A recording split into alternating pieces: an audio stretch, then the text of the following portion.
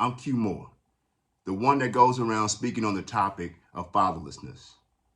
And today is a special treat because you get an opportunity to sit on an exclusive interview with the one and only Romeo from 93.5 KDAY out in Los Angeles, California. Y'all know KDAY in the mornings with Romeo. That's my boy. That's my brother. We go back way, way back. And I sent them a book, F My Dad. It's a book that I wrote. It was published back in 2023, and it's really doing well. And so I wanted to have an opportunity to talk to Romeo after I got him a book, and man, we just kind of chopped it up. Hey, look, I'm not going to waste a bunch of time talking. I want y'all to peep out the interview and the impact of fatherlessness on, you don't know who it impacts. I promise you this. Go out and get the book. It's on Amazon right now. Go out and get the book. If you want to listen to the audiobook, go out there and get the audiobook. Look, everybody has dealt with fatherlessness. Maybe you didn't deal with it directly. Maybe you had both parents in the home. Your father was a great guy. But there are more than 26 million kids who are living at home today without their biological fathers in the home. Think about that for a second and then ask yourself, how does that really impact society as a whole? We don't really talk about it too much. I do.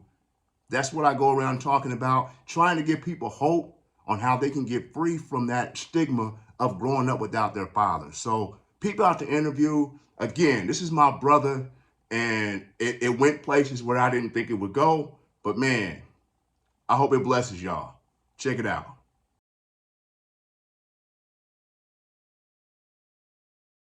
Man, there's only one particular moment I remember the most with my dad, and it was one of the most. Well, there's two. All right, we're going. The first one was the most heartbreaking that I still relive over and over again today, which is one of the reasons why I'm the father that I am today. Right, and the second one was that moment, that aha moment, as Oprah would say, where we looked each other in the eye and we actually said we love each other.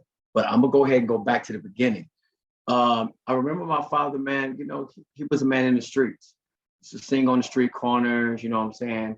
Unfortunately, he loved his alcohol. He loved the smoke. I mean, it was what it was. It was his surroundings, what he grew up in. Right. But we left work. I mean, I'm sorry, we left church on a Sunday because my mom sang in the choir, and we all stayed at my grandmother's house. My dad was living there too. He was on the top floor. And I remember us coming home from church, and we were all excited. But my dad's just a little intoxicated, and he's upset with my mom because he's hungry. He woke up and he's hungry. And it's 2 in the afternoon, and he want to know what's taking you so long at church. What you doing at church? And he put his hands on my mom, and I remember, Q, I was standing there looking up like, what is going on? Because I've never experienced this. And from that moment, my mom was just so upset the way he put her hands on her. She ran to the kitchen, and she came back with a knife, bro, a knife. And I seen all of this. And she came running at him. I remember he had on a black leather jacket. And I also remember that with that leather jacket being so thick, may have saved his life because she was like, you're not going to put your hands on me. Because apparently this had happened before, right? When I was 3, 4, 5, I can't tell you many, but this particular thing, I remember like it was yesterday. Because I was just standing there bawling, man. It was hard to intake. And that's when my dad left the house and left my life. And then I see my mom struggle, week after week, trying to work 2 jobs. The gas getting cut off. And all I could think of, if he was here doing his part, we wouldn't be going through this. So, so my mom tried to raise me on top of work 2 jobs, on top of raise my daughter, my sister, on top of paying the bills. And it was tough, man. I had to learn a lot of things on my own.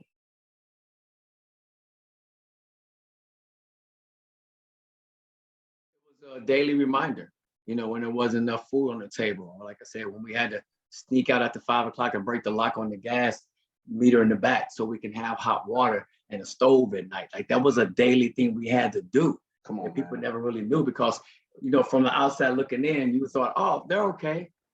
But there was many nights. And then my sister was 3 years older than I was, and my mom was trying to raise her. So I had a lot of long time while being the basement playing, by myself, imaginary friends, like I'm playing sports or like I'm on stage. And I think some of that is what led me to want to be on stage. Right. Because I was almost like screaming from a mountain when no one could hear me. Yep. You know what I mean?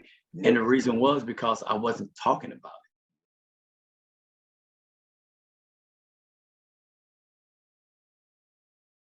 Even in high school, I had to go get a job, Rax roast beef, you know what I'm saying? And that check, every check, whether it was 140 or 160, whatever it was, had to go to my mom to help pay bills. So at that point, I started taking my chest because I'm like, I got to step up and become the help be the man of the house. And that's just what I was doing. Even during that time, Q, we were still trying to track my dad down every Thursday because if we didn't catch him by Thursday, if we went to his house on Friday, he had a case of beer sitting on the front porch and the check was gone.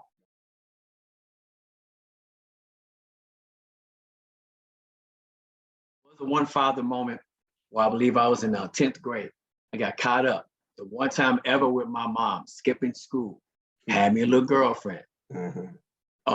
Got busted, got caught up, and I came home and my mom had all my clothes in a green trash bag at the bottom of the stairs, and she was standing at the top of the stairs. I walked in the door, and she's like, "Those are your clothes. That's all you have to yourself. Just your daddy on the phone. Threw me the phone." So I'm talking to my dad. Here we go. What? 10 years later, he wants to try and be a dad now? Right. He in my ear. You want to end up like me? I stay at my sister's house. There's 8 of us that living here. I sleep on the couch in the living room. You want to come stay with me? Because if you do, you're going to have to fight off the bugs and the rats at night because that's what I do every night. You may not think you have it good, but don't mess up with your mom. And I didn't know how to take this because I'm just like, where you been? Right. Yeah. You talk to me like that, right? Yeah. But the idea of sleeping in those situations did put the fear in my heart, and I never messed up at home again.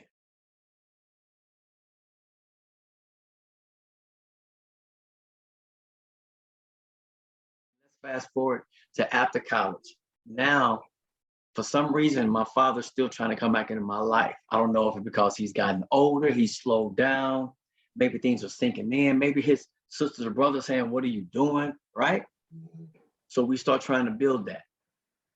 But not till I was like 21 or 22 did my dad ever say, "I love you." Or I even said, "I love you" to my dad.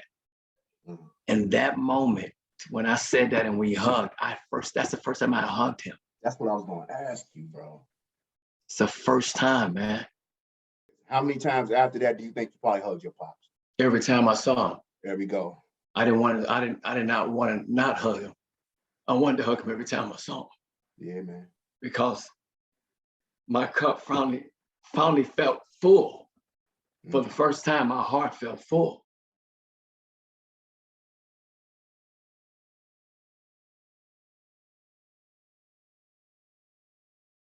My dad lived a fast life. Right. You know, he lived a fast life. So by the time I finally moved to LA, he had passed away 4 years after that. Dang. You know, so I remember talking to him after Jordan won his last championship in '98, bawling because he loved the Bulls. I remember him calling me after the Rams won the Super Bowl, just bawling. But those are tears that I've been crying for him for years that he never heard, right? But now we had a chance to share that in a kind of like a celebration moment. Yeah. And I needed that. And why I needed that is because me being a dad now, when Malachi's asleep and I'm rubbing his head and I'm just staring at him like, and sometimes I will say this, I will be like, the way I look at Malachi and the way I can't wait to get home to see him and talk to him, whatever. It's like, how could he not want that? How did he not miss that? Like, was it me? I think about that now. I think about what I went through and how I survived, but I also think about overcoming that and making it through that and building that relationship with my dad. All that has prepared me to be the dad I am right now. Absolutely right. Pride I take in waking up every day. When I go to work, if I'm tired, you know, even when I got to go out and do events, how I think different. Oh, I'm not turning up. I got somebody at home waiting on me. Come on. Your story, there's so many people out there, man, with the same story, the same pain. So when we close out, I want you to tell me, what would you say to that dude that was at the track meet? That I'm talking about you. What would you say to you at that age as it pertains to right now? How would you talk to him? Well, first thing I want to say is thank you for doing this, man. We need this. This is good for people to see, to hear, and it's healing for people like me. If I was talking to that child that was on that track running, hoping his dad would show up, dad shows up, not even paying no attention, I would say, keep doing what you're doing, keep running and watch where it takes you. You just have to keep moving and see where it takes you. Because if you keep moving and you keep moving forward and you don't stop or you don't turn around and go backwards, you can only progress. You can only get better, right? Yeah. If you're training, if you're working out, if you keep doing it, you're going to get better. Absolutely. Break the chains. If you run for long enough, you will break the chains. And that's what God allowed me to do. Man, and now I've set a new standard for my son. Man, oh man. God bless you, man. My brother. I'm proud of you, dog. I tell you that all the time, man. Love you, dog. I'm proud of you, man. I know what you come through. But I also know, man, that I think about the people that have been in my life, and I know that God put you in my life for a reason, you know, and those things people don't really think about it, or you think about the people that have been impacted on your lives. Here's how you know people have been really impactful on your life. Are they still in your life to this day? There you go. There you go. See, you got to eat with the ones you starve with, dog.